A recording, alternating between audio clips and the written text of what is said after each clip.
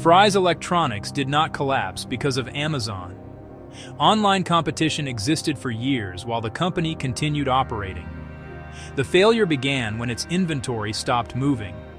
Fry's depended on constant product turnover to generate revenue. When that turnover slowed, revenue compressed. And once revenue compressed, the store model became unsustainable. In its prime, Fry's Electronics operated on a business model that was both brilliantly simple and perilously fragile: the vendor credit structure. This wasn't just a purchasing agreement, it was the financial engine that powered the entire enterprise.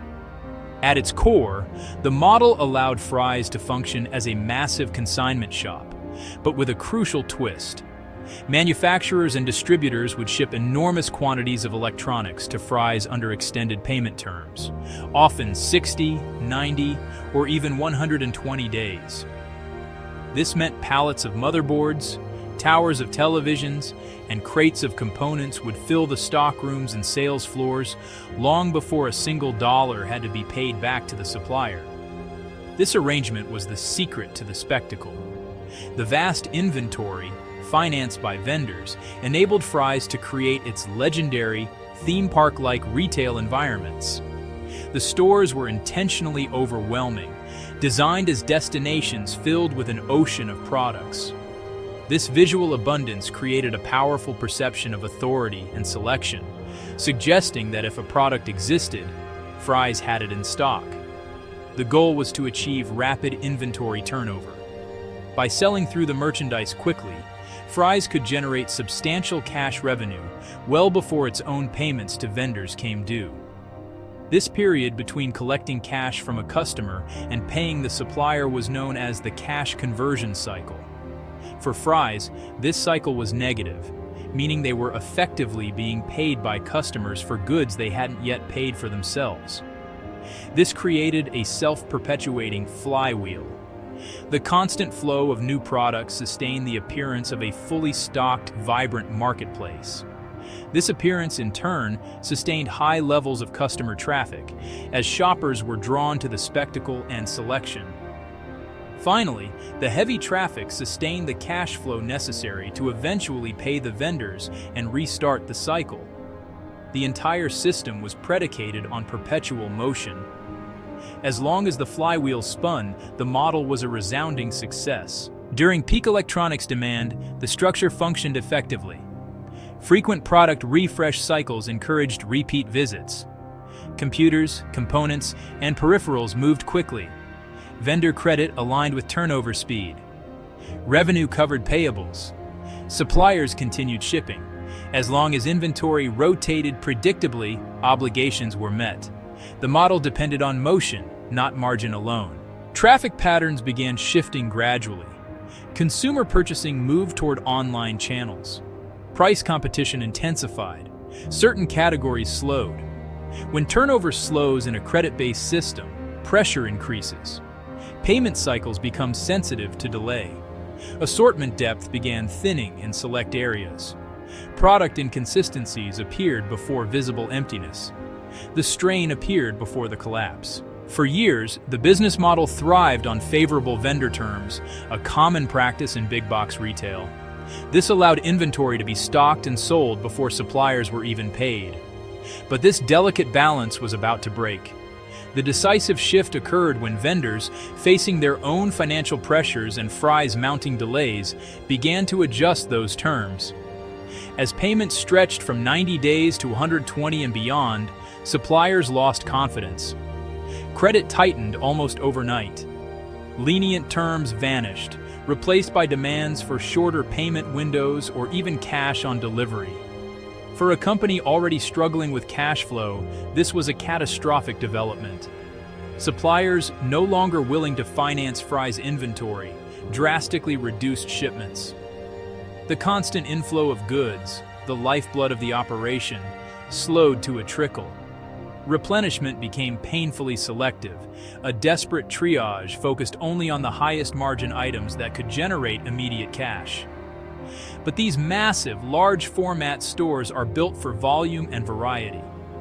Their economics depend on constant, high-volume restocking across thousands of products. When shipments decline, the sheer scale of the sales floor works against you. Empty space expands with alarming speed. To customers and creditors alike, empty shelves are a powerful, undeniable signal of deep instability. The entire inventory model was predicated on a continuous forward flow of credit and goods. Once that inflow was choked off at the source, the entire economic structure of the stores began to shift and then collapse. The empty shelves weren't a symptom of poor sales. They were the direct physical manifestation of a financial crisis. The mechanism was financial, not cosmetic. Vendor confidence determines inventory continuity. If payment risk increases, exposure decreases. Reduced exposure limited product availability, which weakened sales velocity. Lower sales reduced available cash. Suppliers protected capital. Retailers lost negotiating leverage. Tightened vendor terms compounded slower turnover. Shelf density declined structurally. At the store level, the change became visible. Aisles appeared sparse. High-demand items were unavailable. Display models lacked replacement inventory. Large format retail depends on perceived abundance. When shelves appear incomplete, purchase confidence declines. Reduced traffic followed visible scarcity. The footprint remained expansive. Inventory density did not. The imbalance widened. Lower traffic reduced daily revenue. Reduced revenue limited cash available for vendor payments. Tighter vendor terms restricted replenishment. Fixed costs remained unchanged. Real estate obligations continued. Labor costs persisted. The revenue model required throughput. Throughput slowed. The company was caught in a structural lock-in, a self-perpetuating downward spiral. Breaking free seemed impossible because each problem was linked to another in a vicious cycle. The path to reversal was clear, but blocked at every turn. It began with the vendors. To reverse the decline, management first had to restore vendor confidence. But trust is earned, and with a history of late payments, suppliers were understandably wary. They demanded assurance they would be paid on time. This restoration of confidence required improved payment reliability, a promise the company's strained cash flow couldn't guarantee. The money simply wasn't there to consistently meet obligations. Achieving that reliability, in turn, required stabilized revenue. The bleeding had to stop.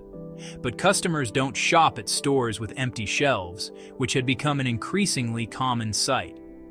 And stabilized revenue, driven by customer traffic, required full shelves. The core retail promise of having products to sell had been broken.